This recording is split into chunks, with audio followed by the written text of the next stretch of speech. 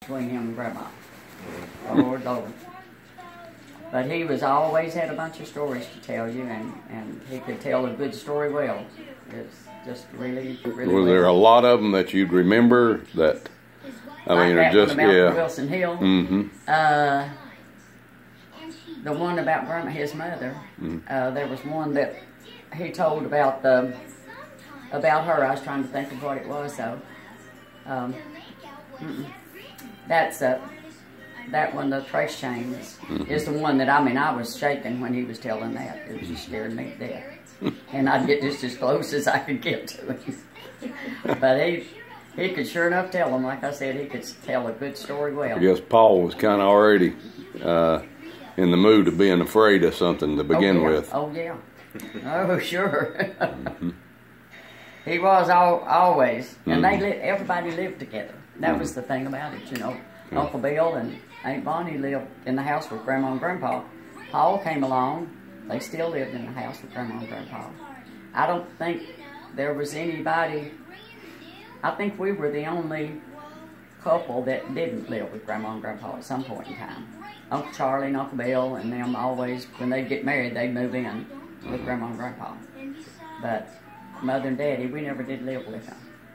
I know we did. Now, where did they? You're talking about they lived over in Roddy. Over in Roddy, yeah.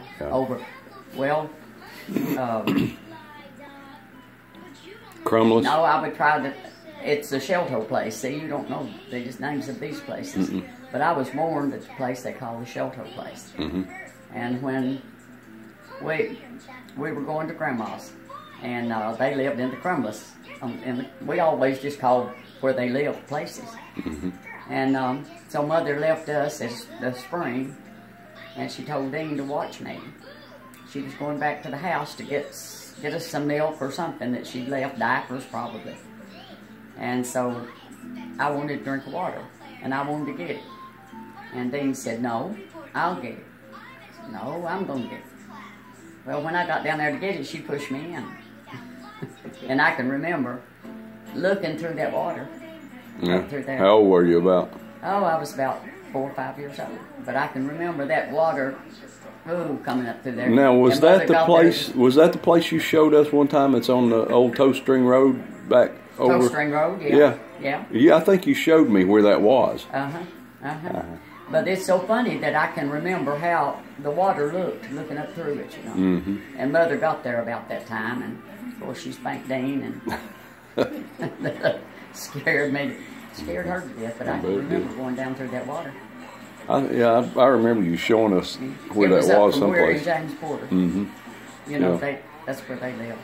Was it close to that church where the cemetery?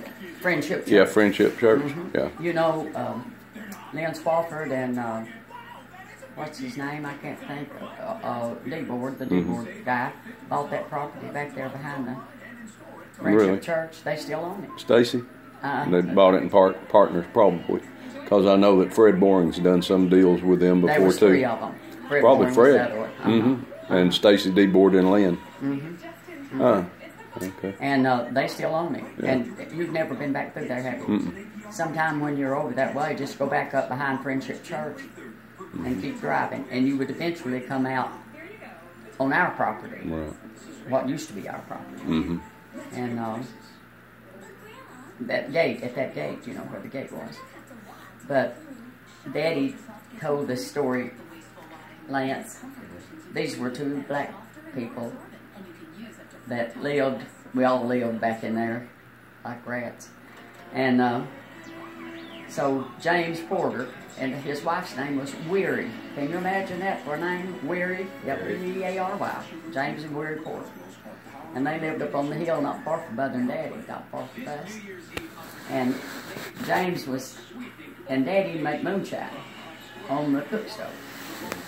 And so James never had the money to get the sugar with. Daddy always had to get the money, so he would get the money and buy the sugar, and James would,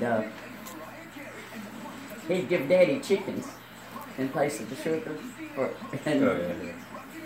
And Daddy said he would give him the chickens And then every time, just as sure as he turned the chickens loose, the chickens would go back home to James.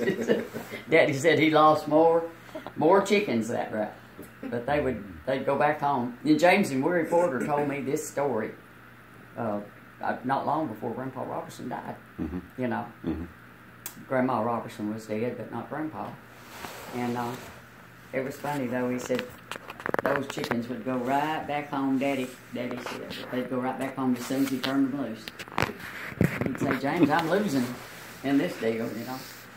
But they made moonshine on the quick start. They lived over. Who lived up on the ridge that you could see from the cabin we talked about? Was that the... Wait just a minute, I'll tell you. The Pendletons. Harvey Pendleton. Harvey Pendleton. Mm-hmm. But now, what I remember Harvey Pendleton's place was around that curve on the left as you came back out. On Roddy? No, where you go down towards Stump Hollow. Uh-huh. This okay. was up on the hill, that big high hill. Okay. Yep. That's Julie Whitman, and I'm not answering it. Sorry.